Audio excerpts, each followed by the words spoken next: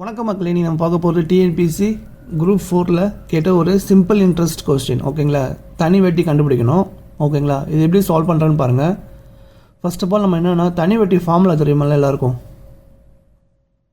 PNR/100. ஓகேங்களா, இது வந்து பிரின்சிபல் அமௌண்ட்டு, இது நம்பர் ஆஃப் இயர்ஸ், இது வந்து ரேட் ஆஃப் இன்ட்ரெஸ்ட் வட்டி விகிதம் டிவைடட் பை 100. இதுதான் வந்து சிம்பிள் இன்ட்ரெஸ்ட்டோட ஃபார்முலா. ஓகேங்களா, இவங்க சம் என்ன கொடுத்துருக்காங்க பாருங்கள். அசல் தொகை கொடுத்துருக்காங்க 68,000. வட்டி விகிதம் பாருங்கள் 16/2/3 கொடுத்துருக்காங்க. இது ஒரு மிக்சடு ஃப்ராக்ஷனில் கொடுத்துருக்காங்க. இதை நம்ம என்ன பண்ணோம்னா ஃபார்முலாவில் அப்ளை பண்ணுறதுக்கு முன்னாடி ஒரு நார்மல் ஃப்ராக்ஷன் இல்லைனா ஹோல் நம்பரை கன்வெர்ட் பண்ணணும்.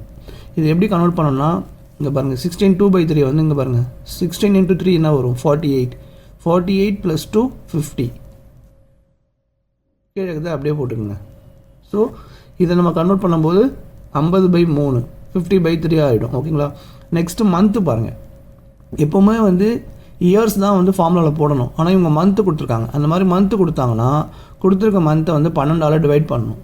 ஸோ 9/12 அடிச்சிங்கன்னா 4 3 12 3 9. ஸோ 3/4. ஓகேங்களா, இதை கன்வெர்ட் பண்ணியாச்சு. நெக்ஸ்ட்டு ஃபார்முலாவில் அப்ளை பண்ண வேண்டியது தான். அசல் தொகை என்னது 68,000 இன்ட்டு இங்கே பாருங்கள் நம்பர் ஆஃப் இயர்ஸ் என்னது, இதுதான் நம்ம மாற்றிட்டோம்ல 3/4ன்னு 3/4ன்னு மாற்றிக்கிங்க. ஓகேங்களா, நெக்ஸ்ட்டு வட்டி விகிதம் ரேட் ஆஃப் இன்ட்ரெஸ்ட் 16/20/3 என்ன மாதிரியும் 50/3. ஓகேங்களா, டிவைடட் பை 100. ஓகேங்களா, இப்போது 2 0 2 0 கேன்சல் ஆகிடும். ஓகேங்களா, ஒரு 3 கேன்சல் ஆகிடும். இதை 4 அடிக்கலாம். ஒரு நாள் 4, மீதி 2 இங்கே வந்துடும். அப்போது என்ன வரும் 7 4 28. ஸோ அப்போது 170 இருக்குது. 17 ஒரு 0 இருக்குது.